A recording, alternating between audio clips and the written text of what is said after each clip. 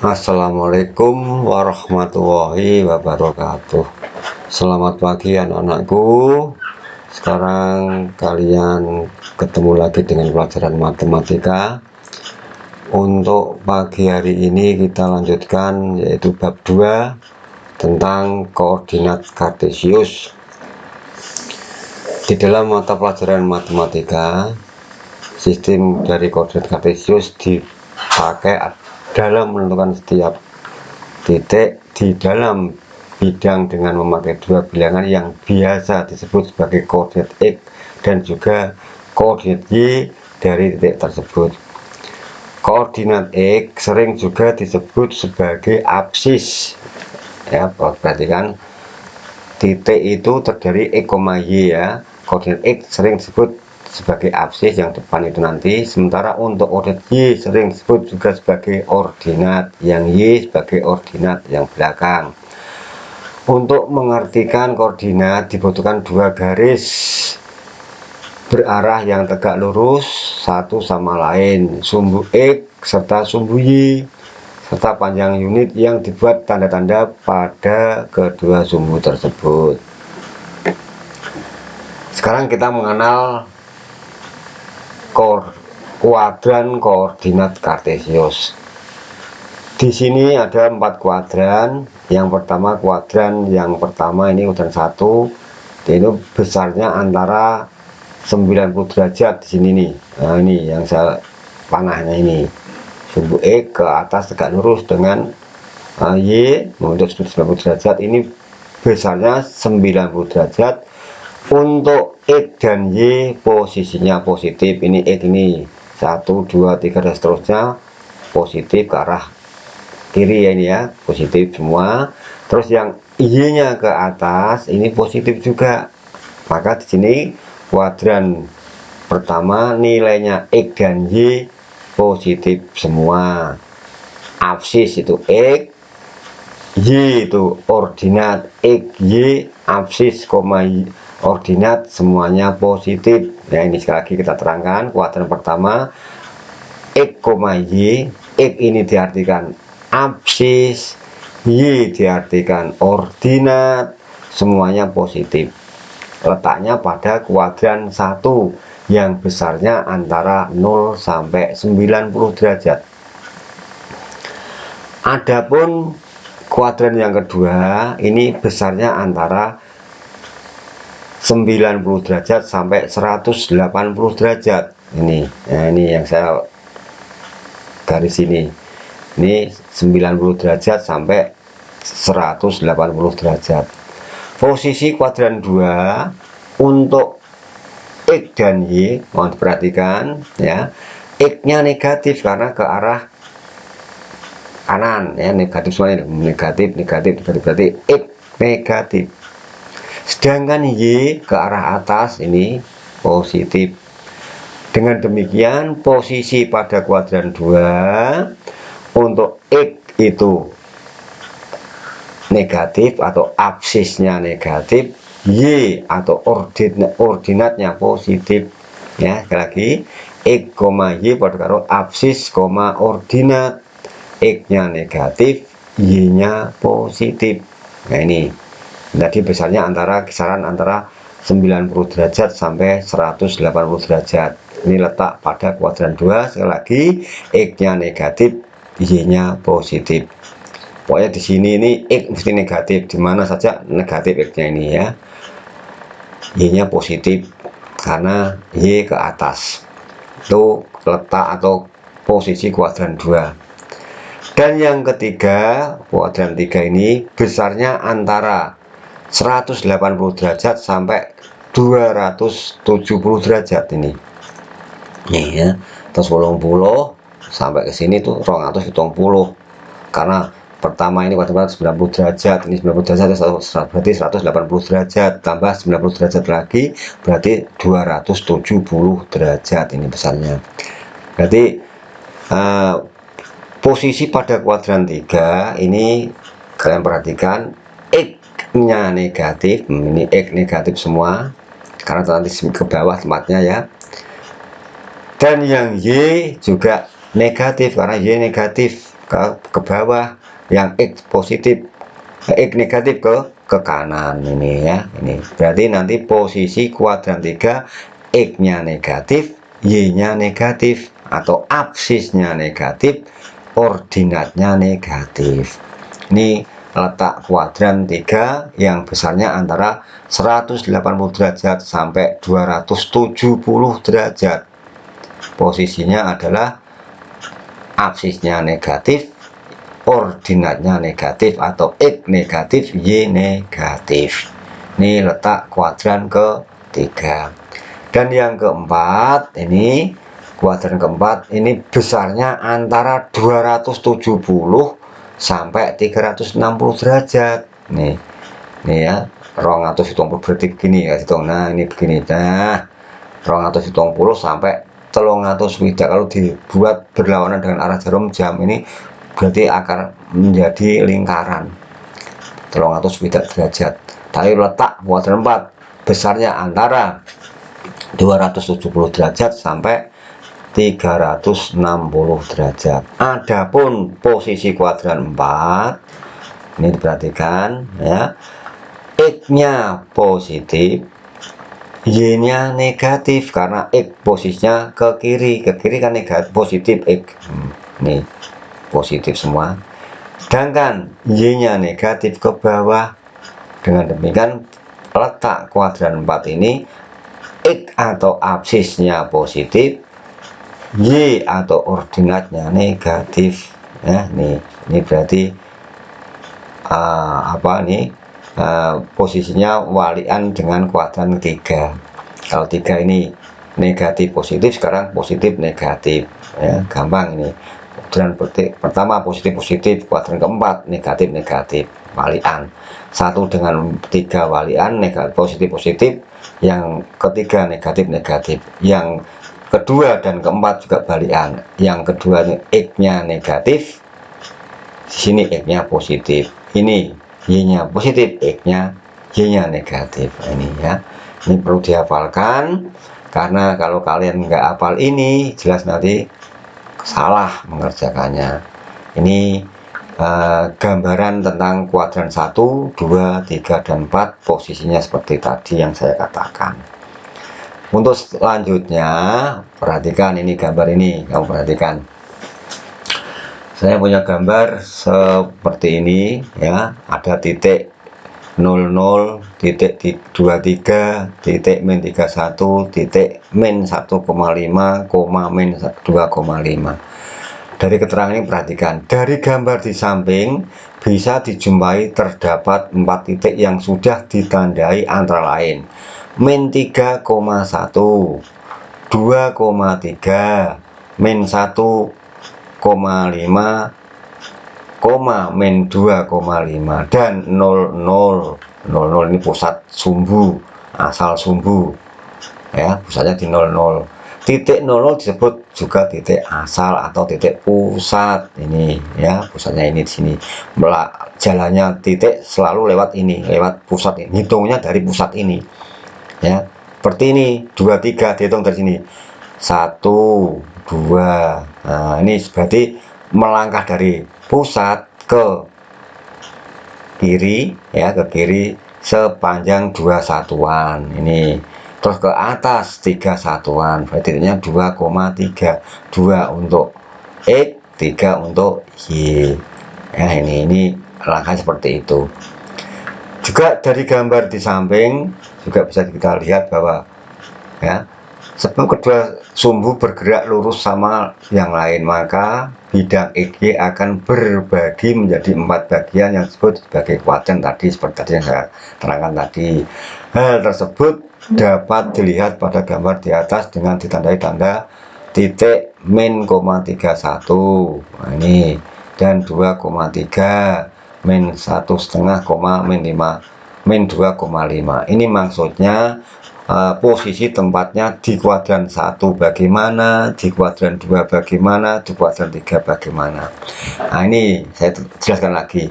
Posisi pada kuadran 1 tadi X dan Y positif semua, otomatis titik 23 ini positif. Nah, ini ya, duanya 1 1, 2, 2-nya positif, 3-nya juga positif karena kuadran 1 semuanya positif. Nah, titiknya 2,3 ini ya. Terus di kuadran 2 tadi yang sudah saya katakan, kuadran 2 ini positif, X-nya negatif, Y-nya positif, berarti min, plus, berarti min 3, plus 1. Nah, ini min 3, plus 1 karena X-nya negatif, Y-nya positif. Ini posisi di kuadran 2, yaitu min plus, absisnya negatif, ordinatnya positif. Nah, ini. Terus yang kuadran 3 ini juga gitu, tadi negatif ya, dengan keterangan tadi negatif karena letak kuadran 3 ini X maupun Y negatif. X nya berarti di sini min 1, min 1,5, min 1,5, koma min 2,5 ini posisinya min 2,5 di sini, ini 1,5 tapi min karena letak kuadran 3 itu tadi nilainya adalah negatif, min 1,5, min 2,5. Menurut dari konvensi yang berlaku, keempat daerah kuadrat tersebut diurutkan mulai dari yang kanan atas kuadran 1 melingkar melawan arah jarum jam. Nah, ini jeret begini ya, ini lawan dengan arah jarum jam. Nah, ini kuadran pertama, besarnya tadi kisaran antara 90 derajat. Nah, dalam kuadran pertama, kedua koordinat X akan bernilai positif ya, tadi sudah positif semua di kuadran pertama. Dalam kuadran kedua, koordinat X bernilai negatif. Nah, ini ya, negatif sini. Dan koordinat Y positif. Kuadran 3 kita ulang lagi. Ya, ini X-nya negatif, Y-nya juga negatif. Sedangkan kuadran 4 semuanya X-nya positif, Y-nya negatif. Nah, ini ya. Ini ya. Serta dalam kuadran 4 koordinat X bernilai positif dan Y akan bernilai negatif. X-nya positif, Y-nya negatif, itu letak kuadran 4. Jadi titik 23 berada pada kuadran 1, titik min 3,1 pada kuadran 2, dan titik min 1,5, min 2,5 berada pada kuadran 3. Ini posisi kuadran 1, 2, 3 maupun 4. Nah, sekarang perhatikan untuk selanjutnya, menentukan titik pada koordinat kartesius. Ini bidang datar di samping disebut sebagai bidang koordinat yang dibentuk oleh garis tegak Y. Ini yang ke atas Y tegak, ini Y ya. Terus serta garis mendatar X, ini yang mendatar X. Ini bisa kamu artikan garis yang horizontal atau mendatar itu dinamakan X, yang tegak atau vertikal ini dinamakan Y. Nah, ini sumbu yang ada dalam koordinat kartesius. Titik akan saling berpotongan antara garis Y dan garis X yang disebut sebagai pusat koordinat titik. Oh, ini Y berpotongan dengan X. Di sini pusatnya berarti ini pusat sumbu. Karena mulai 0 ya, ini pusat sumbu. Berarti larinya titik itu nanti dari pusat ini, dari asalnya dari 0 ini nanti, kalau jalannya dari 0 ya. Ini berikutnya, dalam koordinat tersebut dikenal dengan bidang koordinat tersebut seperti yang telah dijelaskan di atas tadi. Bidang koordinat kartesius dipakai dalam menentukan letak suatu titik yang dinyatakan dalam pasangan bilangan. Sekarang kalian perhatikan titik A, B, C, dan D dalam bidang tersebut. Untuk menentukan posisinya, mulailah dari TO lalu bergerak mendatar ke kanan sumbu X, kemudian bergerak ke atas sumbu Y. Nah, posisi dari titik pada bidang koordinat kartesius ditulis dalam bentuk pasangan bilangan X, Y. Titik itu pasangannya X, Y atau absis, ordinat. ya, dimana X disebut sebagai absis serta Y disebut ordinat. Yang depan ini absis, yang belakang namanya ordinat. Nah, titik A sekarang perhatikan, titik A berada di koordinat 1,0 ini. A ini 1,0, berarti dari pusat ini lari ke kiri satu-satuan, satu, tidak bergerak, berarti Y-nya tetap, berarti 1,0. Nah ini satu X nya, Y nya 0 karena 0 tidak bergerak Y nya. Nah, 1,0 ya, ini titik A. Titik B, nah ini titik B, kamu lihat bergerak 1, 2 ke kiri dan 4 ke atas, 1, 2, 3, 4 punyanya Y ini, berarti titiknya 4. B ini 2,4 ya, ini 2,4. Selanjutnya titik C. Titik C berada pada koordinat berapa ini? Coba kamu hitung. 1, 2, 3, 4, 5. 5 ke kiri untuk sumbu X, 7 ke atas untuk sumbu Y. Berarti titik C ini ditulis 5,7. Seperti ini, 5,7. Dan yang terakhir D ini, dilihat dari sumbu X nya berapa? 6 ke kiri dan 4 ke atas, berarti D titiknya 6,4 ya, berarti koordinat titik D 6,4. Itu cara untuk membuat titik atau menentukan titik pada bidang koordinat. Selanjutnya kamu perhatikan ini. Dalam bidang koordinat kartesius bisa kita perluas menjadi seperti pada gambar di bawah ini. Nah ini perhatikan. Ini kuadran 1 sudah seperti tadi, ini salah, ini bukan kuadran 4 tapi kuadran 2 ini. Ini terbalik ya. Kuadran 2, kuadran 3, kuadran 4 yang di sini. Ini salah nih ya, salah. Perhatikan ini kuadran 4 ini salah. Ini posisi kuadran 2. Ini juga salah, ini kuadran 4. Kualitasnya terbalik ini. Ya ini sebagai contoh seperti ini, perhatikan, diperkembangkan dari posisi kuadran pertama, kuadran kedua, kuadran ketiga. Titik E ini berapa? Kamu lihat berarti 2,2, 2X 2Y. Nah 2X 2Y. Terus selanjutnya titik F. Nah ini F ini X nya negatif, min 2,1. Nah ini ya, karena posisi kuadran 2 min, Y, X nya min, Y nya positif, berarti min 2,1. Posisi berikutnya yaitu di titik G. Nah, G berapa? G ini semuanya negatif ya, karena kuadran 3. Kuadran 3 ini G nya adalah berapa?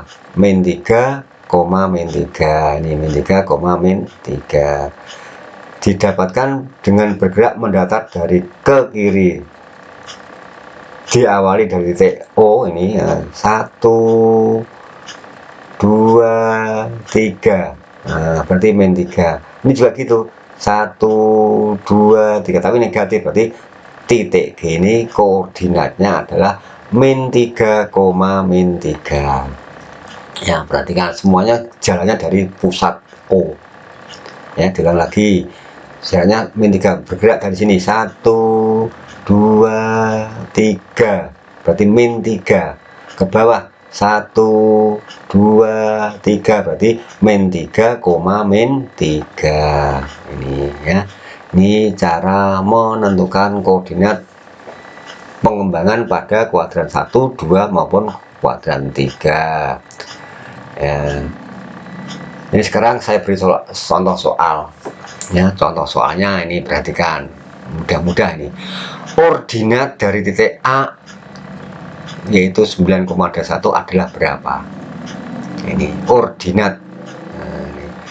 Pada umumnya penulisan satu titik absis, ordinat, ini absis, ini ordinat. Dalam soal di atas titik A 9,21 menunjukkan jika absisnya 9, ordinatnya 21. Berarti jawabnya adalah yang ditanyakan tadi adalah ordinat, berarti ordinat tempatnya di belakang, berarti titik D ordinatnya adalah 21. Nah ini berarti D jawabnya ya. Terus selanjutnya nomor 2, diketahui titik P 3,2 dan Q 15,13. Koordinat relatif titik Q terhadap P berapa? Ini sama dengan dilihat di sini. Koordinat relatif titik Q ke titik P bisa kita cari dengan cara mengurangkan A-nya ini absis Q dikurangi absis P, berarti absis Q ini X Q dikurangi X P, absis Q dikurangi absis P, berarti 15 dikurangi 3, koma ordinat Q dikurangi ordinat P, berarti dikurangi 13 dikurangi 2, berarti titiknya tinggal koordinatnya menjadi 12,11, sehingga jawabnya adalah titik adalah A adalah berapa ini? A 12,11. Ya, diulangi lagi coba ya. Nanti kamu perhatikan. Dari soal ini, mari kita lihat, ditanyakan koordinat relatif titik Q ke titik P, Q ke titik P. Bisa kita cari dengan cara mengurangkan. Yang depan itu namanya absis, yang belakang namanya ordinat. Dengan demikian absis dikurangi absis Q dikurangi absis P, ordinat Q dikurangi ordinat P, berarti 15 dikurangi 3, 13 dikurangi 2. Nah ini 13 dikurangi 2, hasilnya 12,11, berarti koordinatnya 12,11 yang cocok, berarti jawabnya adalah A. Ini ya, nanti dipelajari ya. Selanjutnya contoh yang ketiga, ini titik A ini 3,2, titik A 3,2, 1 2 3 ke atas 2 berarti 3,2.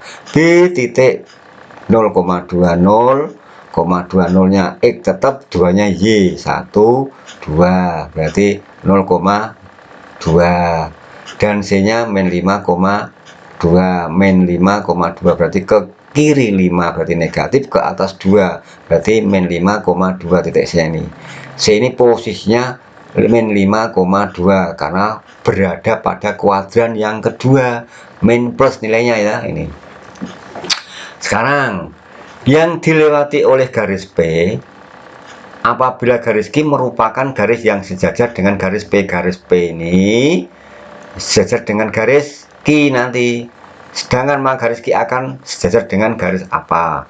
Garis sumbu X dengan sumbu Y maupun tegak lurus dengan sumbu X, tegak lurus dengan sumbu Y. Mari kita perhatikan gambar ini.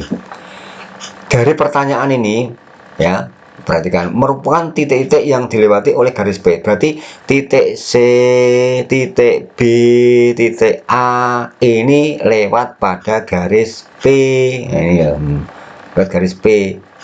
Nah, apabila garis Q merupakan garis yang sejajar dengan garis P, apabila garis Q itu sejajar dengan garis P, maka garis Q bagaimana letaknya? Nah, sekarang kamu amati di sini, garis P sejajar dengan garis Q.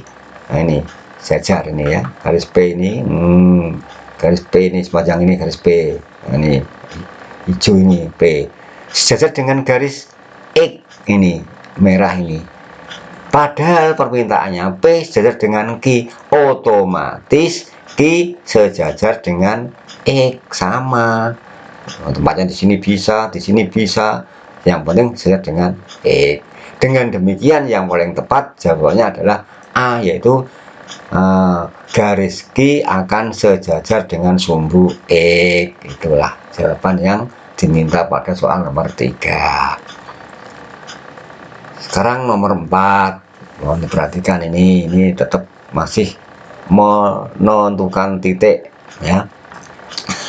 Perhatikan koordinat kartesius di bawah ini. Carilah kedudukan titik pada di tiap kuadran koordinat kartesius di bawah ini, dan carilah jarak tiap-tiap titik terhadap sumbu X dan sumbu Y. Sekarang Mari kita amati satu demi satu. Mulai dari titik A. Titik A ini 2,6. Ini 2,6. Berarti 2 ke kiri, 6 ke atas. Ini 2. Ini 2-nya ke kiri, ini 6-nya ke atas. Berarti 2,6. Dengan titik 2,6 ini dapat diberi keterangan titik A berada di kuadran 1 dan berjarak 2 satuan, 2 satuan ya, 2 satuan dari sumbu Y. Nih, ini sumbu Y-nya. Berarti dari sumbu Y ini 1 2 bergerak 2 satuan dan 6 satuan dari sumbu X. Dari sumbu X ini bergerak. Nah, 6 satuan ke atas. 1 2 3 4 5 6. Berarti titik A ini keterangannya 2 satuan ke dari pusat, 2 satuan dari sumbu Y dan 6 satuan dari sumbu X. 2 satuan dari sumbu Y, 6 satuan dari sumbu X. Begitu pula titik B. Nah, ini B. B titiknya 3,0. 1 2 3. B 3,0. Karena Y-nya tidak bergerak. Tetap berarti yang ada adanya 3,0. X-nya yang 3. Y-nya 0, tidak bergerak. Ini artinya titik B berada di sumbu X. Tempatnya di sumbu X ini. Dan berjarak 3 satuan dari sumbu Y ini. 1 2 3. Ini berjarak 3 satuan dari sumbu Y. Nah, ini posisi pada titik B. Untuk titik C, perhatikan ini C min 2,3 nih, min 2,3. Ini artinya titik C berada di kuadran 2 dan berjarak 2 satuan dari ke kiri ini, 1 2 ke kiri.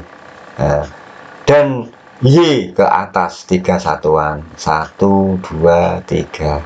Berarti bergeraknya dari sumbu X ini 3 satuan, 1 2 3.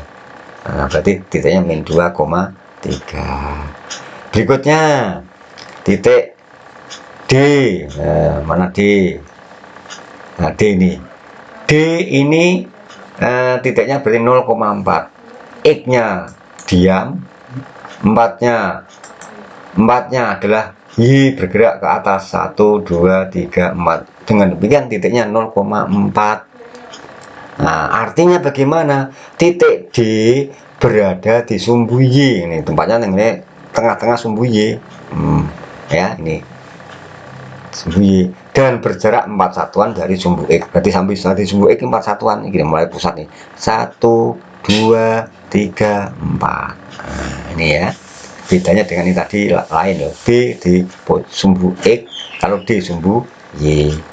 Sedangkan untuk titik selanjutnya titik E. Nah, ini E ini berapa satuan? 1 2 3 4 5, min 5,0. E nya bergerak X-nya bergerak 5 satuan ke kiri, 0-nya tidak bergerak, diam. Berarti titiknya min 5,0. Artinya apa min 5,0? Titik E berada di sumbu X dan berjarak min 5 satuan ke kiri. Ini 5 satuan ke kiri, 1 2 3 4 5 dari sumbu Y. Dari Y-nya ini Y bergerak 5 satuan ke kiri, 1 2 3 4 5. Dengan demikian titik E ini koordinatnya min 5,0 dan tempatnya pada sumbu E. Begitu pula untuk F ini titiknya berapa?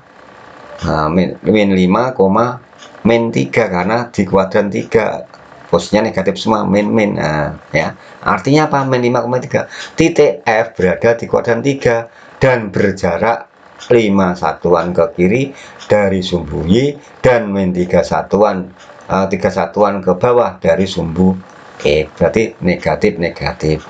F koordinatnya min 5, min 3. Terus sumbu H, titik H. Titik H ini berapa? Dihitung. Y-nya min 5, X-nya tidak bergerak, berarti 0, min 5. Ini berada di sumbu Y. Nah, artinya apa? Titik G berada di kuadran titik H. Titik H ini berada di sumbu Y. Ya, ini keterangannya salah, yang terbalik ini ya. Min H ini H 0,-5 ini ya, keterangan ini. Titik H berada di sumbu Y dan berjarak min 5 atau 5 satuan ke bawah, ini 5 satuan ke bawah dari sumbu X. Nah ini ya, ini letaknya di sumbu Y. Nah sekarang yang G ini, G ini berapa? 5 dan min 4. 5-nya ke kanan ini positif, 4-nya ke bawah Y negatif. Berarti G titiknya min 5,-4. Nah ini salah, ini salah tempatnya ini ya, ini terbalik dengan H. G 5,-4 artinya di sini titik G berada di kuadran 4 dan berjarak 5 satuan. Ini gini 5 satuan. Nah, 5 satuan dari sumbu Y 1 2 3 4 5 ya, dari sumbu Y, dan min 4 ke bawah, 4 satuan dari sumbu X 1 2 3 4. Maka titiknya di sini min 5,4. Inilah contoh-contoh yang ada pada koordinat ya, koordinat kartesius ini yang saya berikan. Mudah-mudahan apa yang saya sampaikan ini nanti bisa kamu pelajari lagi lebih jelas, lebih teliti lagi, dan nanti akhirnya kalian bisa mengerjakan soal-soalnya yang ada di bawah materi ini. Dari saya cukup sekian dulu, nanti dilanjut dengan membahas tentang soal-soal. Sekian, terima kasih. Wassalamualaikum warahmatullahi wabarakatuh. Ya maaf, saya tambah lagi, masih kurang satu soalnya, kelewatan ya. Ini saya tambah soal yang kelima, contoh soal maksudnya, contoh soal yang kelima. Contoh yang kelima ini perhatikan, tentukan bangun yang terbentuk dari posisi titik P, Q, R, dan S. Ini kamu amati, di sini masuk titik kamu amati. Titik P 2,1. Ini 2,1, 2 satuan dari Y, 1 ke atas dari X, berarti 2,1. P berapa?